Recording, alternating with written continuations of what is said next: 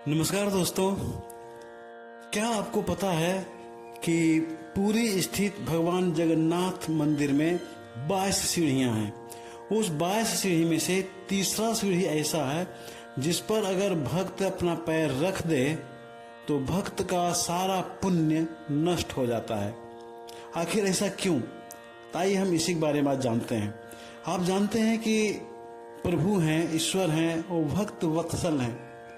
अगर भक्त अपने आप को प्रभु के चरणों में न्यौछावर कर दे तो प्रभु उस भक्त के लिए कुछ भी करने के लिए तैयार हैं। तो फिर कोई भक्त अगर प्रभु के दरबार में जाता है तो उसका पुण्य नष्ट क्यों हो जाता है, जबकि पुण्य की कमाई के लिए ही भक्तगण प्रभु के दरबार में जाया करते हैं, मंदिरों में जाया करते हैं। इससे संबंधित एक घटना है। भगवान जगन्नाथ के मंदिर में भले बुरे हर तरह के लोग, हर तरह के भक्त जाया करते हैं।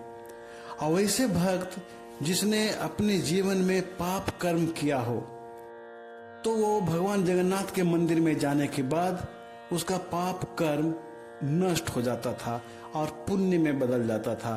तो परिणाम ये होता था कि पाप कर्म करने के बावजूद भी उस भक्त को पाप की सजा नहीं मिलती थी, क्योंकि प्रभु तो भले बुरे सभी के प्रेमी हैं।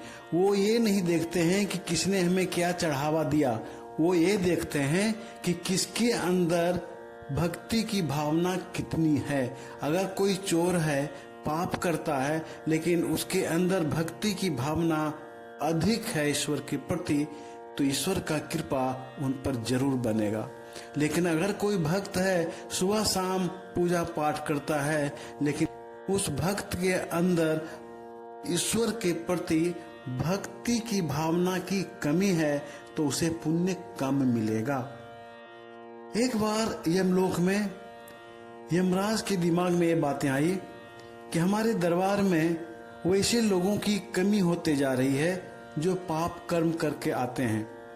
पहले तो बहुत लोग आया करते थे। उसे लगने लगा कि क्या मृत्यु लोक में भक्तों की संख्या अधिक हो गई है और पाप कर्म करने वाले लोगों की संख्या घटती जा रही है।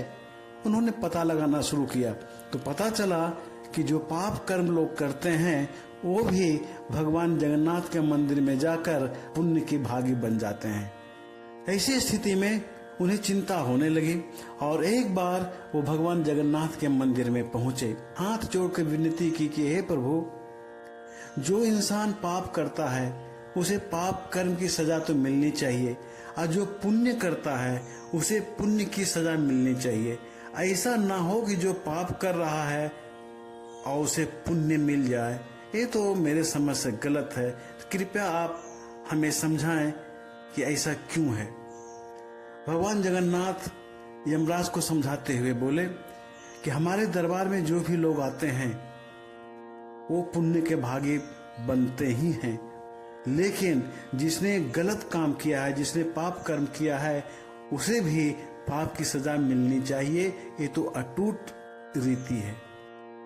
तो यमराज ने भगवान जगन्नाथ को प्रमाण दिया कि प्रभु, ये सब जो लोग जा रहे हैं सभी पुण्यात्मा नहीं हैं, लेकिन आपके दरबार में आने के बाद वो पुण्य का भागी बन जाता है। इसको मैं सजा कैसे दूं? भगवान जगन्नाथ सोचने लगे कि बात तो सही है। जिसने पाप किया उसे तो पाप कर्म का फल मिलना ही चाहिए, जिसने पुण्य किया उसे के पुण्य कर्म का फल मिलना चाहिए।